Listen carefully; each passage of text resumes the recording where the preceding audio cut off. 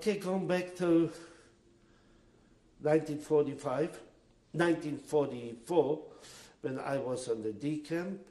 I worked that time. I had a lot of contact with the underground. As a matter of fact, when they blew up the crematorium number 4 in Birkenau, I was just a few feet away. And this is another story. I read a few years ago a book, Fighting Auschwitz,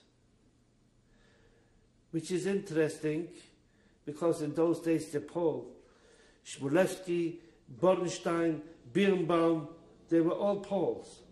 They never made mention that they were Jews. And this was the Jewish underground. This was the elite of our Jews in the camps. And the Poles made Polacks out of them. All of a sudden they are all Poles. And this was the most heroic When did that undertaking. happen? This was in 44.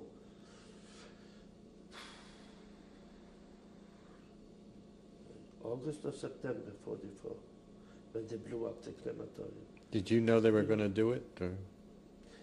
We knew something is brewing over there. See, first of all, you have to understand the working of the camp. The Sonderkommando was changed every few months.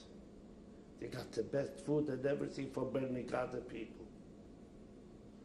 But then another group would come in and burn them because they knew too much. And this one group, this was after the call was sent out to bomb Auschwitz. And after that group, so there's no way out, they're going to be killed anyway. They said, we're going down with the bank. They organized dynamite, and a lot of girls from my hometown smuggled in dynamite. They worked in the munition factories. Before they blew up the crematorium. And it's interesting, I have read quite a few reports. But Shay Goldstein, whom we called Shay Lapo, a boy from Benjamin, from my hometown, shoved the couple from the crematorium, shoved in alive in the crematorium. Shoved the what? Alive in the crematorium. A German. Oh, German. He shoved in a German. He was Jewish, Shay Goldstein. And they blew up the whole thing with him in it. And what bothered me mostly about that book, Fighting Auschwitz, where they claim over there that they were in touch, the uprising was supposed to be done with the knowledge of the Polish underground outside. The Polish underground claims it happened too early. Maybe it did happen too early. But they weren't there to help the Jews. The Polish underground, the minute the crematorium went up in flames, the Polish underground was supposed to cut the wires, the electric wires, so those people could run away. Nobody cut the wires. They were all caught, all shot, all killed. There was no help from anybody. You know, I have to bring in that incident. I know the Poles won't like it. But we cannot bastardize history. It's impossible. I am asked, even now, by a lot of guys that knew my activities in Auschwitz, Arnold, you supplied suits to anybody that wanted to run away. Why didn't you run away? You lived only 17 kilometers from Auschwitz. It's odd. I felt more secure under the watchful eye of the Gestapo and the SS inside the camp than outside the camp with my Poles. And it deserves some clarification. Let's say a Pole ran away from camp, from Auschwitz. He was met outside the camp by the Polish underground, taken deep into Poland and forgotten. Not a German could find him. Nobody could find him. He was hidden out. Me as a Jew, if I would run out, all I had to do is cross the barbed wire, and a Pole would sell me out to the Germans just because I was born a Jew. So I rather stay in the camp. In the camp, I knew my enemies. In the camp, I knew who to watch out for.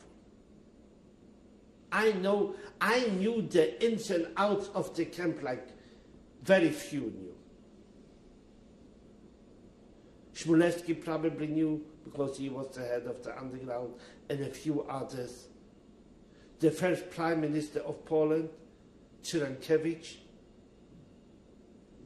first Prime Minister after the liberation of Poland, Cyrankiewicz, he wasn't the underground. He ran away because people like me supplied clothing. He probably knew it. There were very few that knew the ins and outs and works in Auschwitz. I knew it. I was all over. I was everywhere. And only because I received the help from the others. This is already later. 1944, I am called in the office to read some Jewish letters. And they give me one letter. I found out later the story what it was. A Jewish girl was going back from work. She threw over the electric wire a note to her boyfriend. And when I read that note, I thought I'll get a heart attack. She explains it that she's bringing home dynamite from the ammunition factory, and that dynamite was supposed to be used to blow up the crematorium. And I know that the boy and the girl would be killed. Well, I read it, and you have to think fast. I read that letter, and I go over to that boy. Yeah, when I came in, the boy was standing there. And I go over to that boy and hit him as hard as I could. I said, you idiot, in a place like this, where we fight every day to survive, you think of making love to your girlfriend? And I ripped up the note and threw it in the trash. The SS-man laughed, couldn't stop laughing. Took the boy, threw him out of the barrack.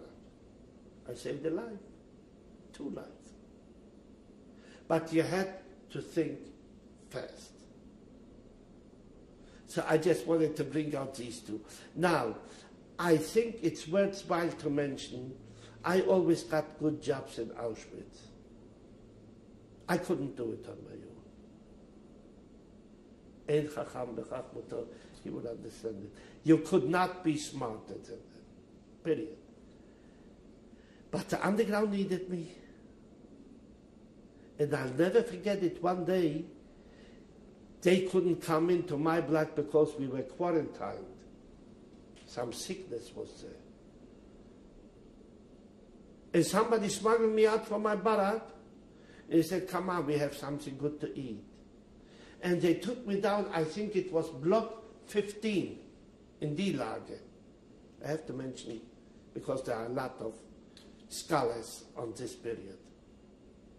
And they took me down to block 15, I come in there. The guys from the crematorium are living there.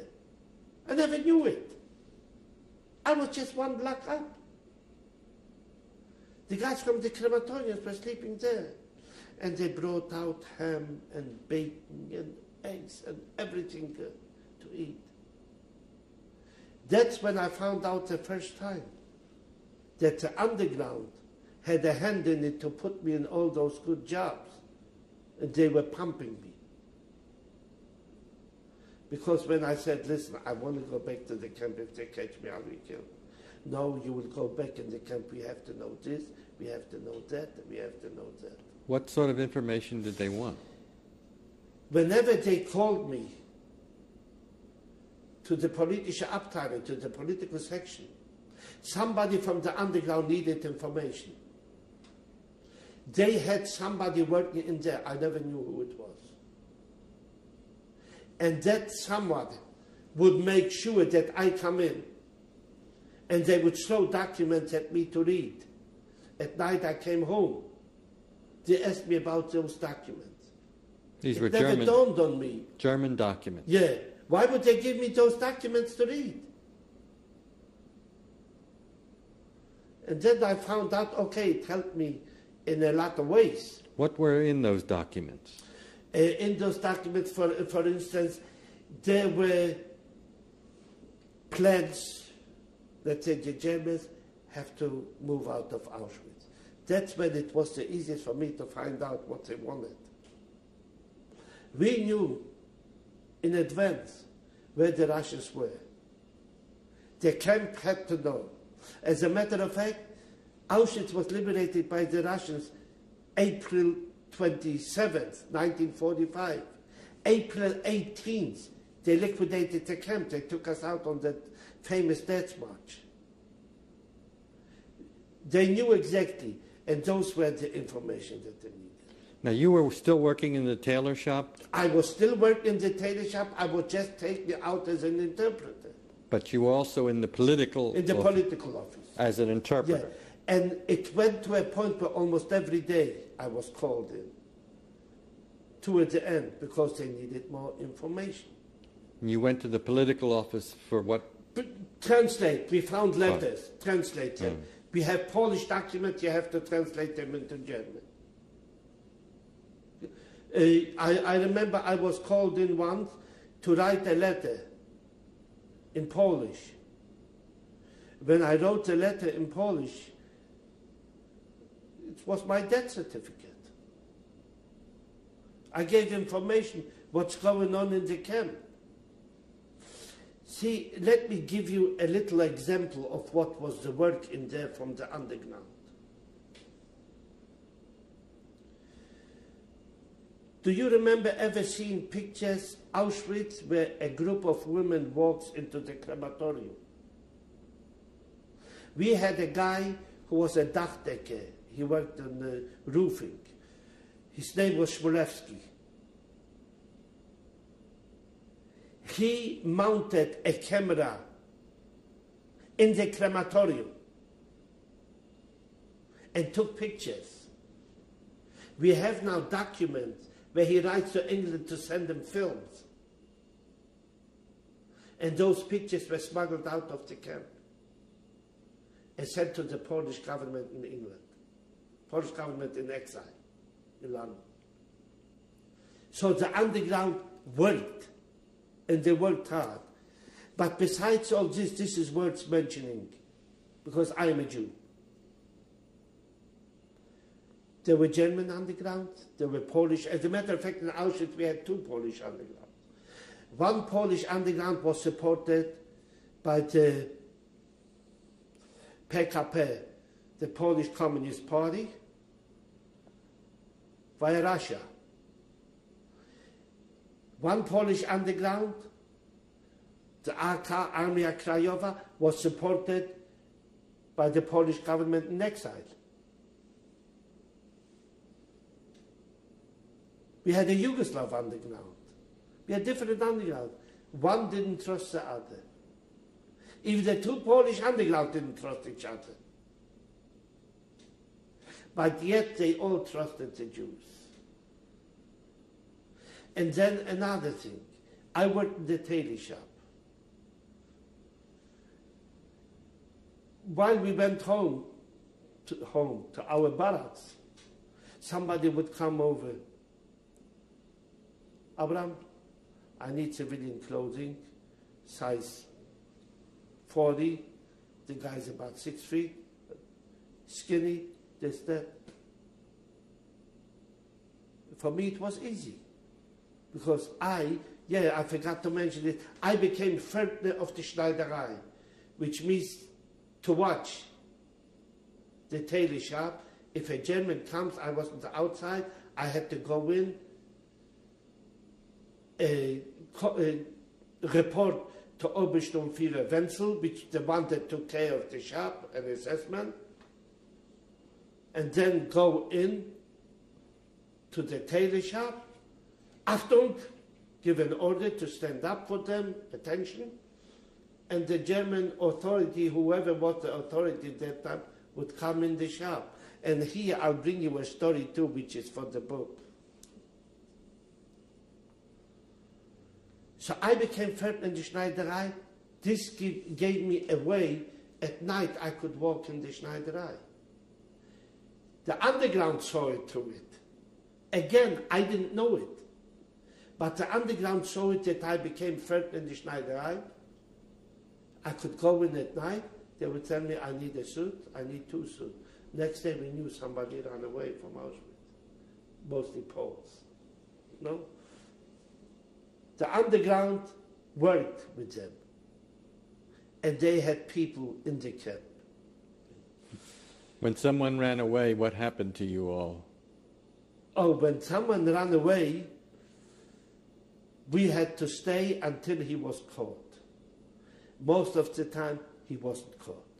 But they would kill somebody, deface him, put him on a chair with a big sign, I was caught. And we thought this is the right man. And I'll give you an example. 1944, forgot the first name, Rodin, who was a Blockälteste, Block 26. Couldn't be 44, it was 43. 43, because it was the quarantine yet. I mixed it up, I'm sorry, but you can't remember it. 1943, the Blockälteste Rodin from Block 26, the quarantine, Lager A, ran away with a couple from the women's camp, Monsika. They brought him back dead. Put him on a chair. Ich wollte ausreißen. I wanted to run away. With a big sign. 1944, I went to Poland to find my sister, the one that died now in Israel. We went to Bratislava, which, by the way, Rodin, that couple, that Blockälteste that ran away, was from Slovakia. And as I go out from the restaurant with my sister, somebody screams, Nordek. This was Rodin that I saw dead in Auschwitz. They killed somebody else. Rodin was alive, as a matter of fact. This is 1945. That time he gave me a book already, Oświęcim. He had written a book already about Auschwitz and how he ran away. And those incidents, most of them are not remembered. And there are very few people. When you went Auschwitz, you didn't think of these incidents. I had good jobs. I had to think of those incidents. To me, this was important at that time. And like I said, they won't take away our mind. And I'll tell you why I say all this. Elie Wiesel writes in his book, Night. This was the first book, by the way. He writes about Block 12, the quarantine. And he mentions over there that a couple had stolen so much bread and he wouldn't leave the bread by himself. So he took an inmate and he told him, you going to watch the bread, I have to go out. And if you, as much as you touch the bread, I'll kill you. That Blockälteste came back, and that man was dead and he didn't touch the bread. He died and he didn't touch the bread. Couldn't happen to me. Not only that I would eat the bread, but I would take all the bread and hand it out to the inmates. I did it.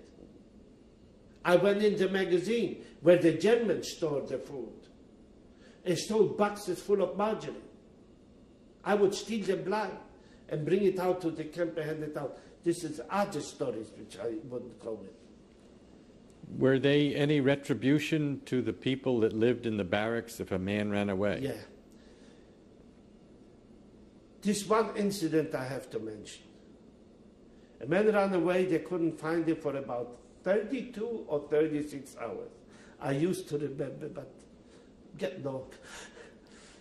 And they couldn't find him, and we stayed about 600 people, I think it was that time. We stayed naked, and if I'm not mistaken, it was the Fahrenheit, I think it was 28, 29 below zero, something like it. It was freezing cold. When we spit, before the spit hit the ground, it was ice. To make a long story short, I think only 3 survived from the tornado. I always make a joke about it. I said I survived because I was the shortest, and everybody kept me warm till they died, and then they found the other guy, which they didn't find. They just killed somebody and said, this is him. You were one of the 600? I was one of the 3 that survived. Out of 600? About, I don't remember. To be very honest with you, when I talk to boys, they tell me 800. I don't really know, but a few hundred, and only 3 survived. I remember I woke up, I was frozen to the ground, and when I got up, I had pieces of ice. The German hit me, we stayed naked. The German hit me on my buttock, and I got up and I lifted all the ice with me when I fell asleep. So there was always retribution if somebody ran away. Lots of times they would just take out groups and kill them. Now going back to the deacon, to all the activities, I would go out. There are different things that I rather not mention because they are mentioned in my first book. And when I dictated it, you know, I just passed it by. It wasn't supposed to be in the book. It wasn't. You have something on your arm, your left arm. Just keep it still. What is that? This is a tattoo that was given to me in Auschwitz. You remember the date? Oh yeah, it was in August. I think it was August 9th or 10th, 1943, when I arrived at Auschwitz. What is the number? The number is 135584. This picture is me at the liberation. It was taken about May or the beginning of June 1945, right after the liberation. And that's your special uniform? Yeah, as a matter of fact, I think this picture was taken by an American soldier. Because after this, I didn't have the uniform anymore. Okay. This picture is General Manteuffel. He was a German general on the Eastern Front, the Russian front. About 25 years ago, the editor of my book wrote his biography, and that's when we met. And the picture next to it shows the general and I. He was a very interesting person. He didn't know anything of what was going on during the Holocaust, and he was very hurt when he found out what the Germans did to the Jews. I have a lot of correspondence with him where he expresses his sorrow for all this.